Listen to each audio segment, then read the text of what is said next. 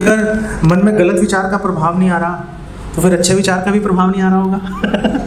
नहीं, अगर हमने गलत सोच लिया मन में और भाई कोई हमें तो कोई यमराज दिखाई नहीं दिया, हम तो मन में गलत विचार लेके आए थे, कोई फर्क नहीं पड़ रहा हमें, तो फिर अगर अच्छा विचार लेके आएंगे, भगवान की सर्विस के बारे में सोचेंगे, तो फिर क्या वो भी वेस्ट है?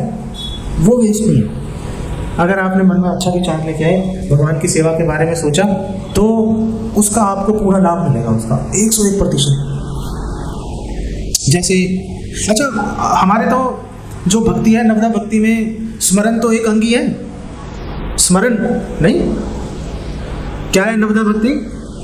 श्रवणम कीर्तनम विष्णु स्मरणम पाद सेवनम अर्चनम वंदनम दास्यम साख्यम आत्मनिवेदनम। तो विष्णु स्मरणम आया ना, विस्मरण कैसे होगा? स्मरण तो मन में ही होगा। तो अगर हम मन में स्मरण करेंगे तो उसका पूरा लाभ मिलेगा। जैसे जब कंस ने वसुदेव देवकी को बंदी बना रखा था द्वापर युग में, तो नंद महाराज तो खूब जोर शोर से मना रहे थे नंदोत्सव भगवान कृष्ण के प्रकट होने के लिए, लेकिन वसुदेव तो जेल में थे। तो उन्होंने मन से दान किए, उन्होंने करोड़ों गाय उन्होंने दान कर दी, सोना चांदी दुनिया भर की उन्होंने चीज़ें दान की उन्होंने। वो तो द्वापर युग में, कलयुग में भी हमें एक ब्राह्मण का वर्णन मिलता है, तो बिल्कुल गरीब था ब्राह्मण। अब आप ऐसा मत करना शुरू कर देना, पहले बता दूंगा आपको। तो एक वो गरीब सा ब्राह्मण था, कुछ था नहीं उसके पास में, तो उसने कहा क्या करूं? तो उसने कहीं से सुन के आया कि मन में सर्विस करने से बहुत लाभ मिलता है। तो उसने एक दिन बैठा आराम से, मन में उसने भगवान को बहुत सारे फूल, ज्वेलरी, बहुत सारा भोजन उसने भगवान को ऑफर किया। उसके मन को बहुत अच्छा लगा और उसने रोज करना शुरू कर दिया।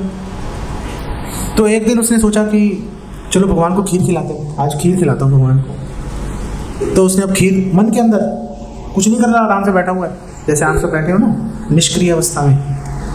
तो ऐसे ही वो ब्राह्मण बैठा हुआ था और वो मन में खीर बना रहा है। खीर बनते बनते खीर बन गई। तो उसने कहा चलो भोग लगाने का टाइम आ गया। तो उसने कहा चेक कर लूँ कि गर्म है कि ठंडी है। तो उसने ऐसी उंगली लगा कर देखा तो बहुत ही गर्म थी।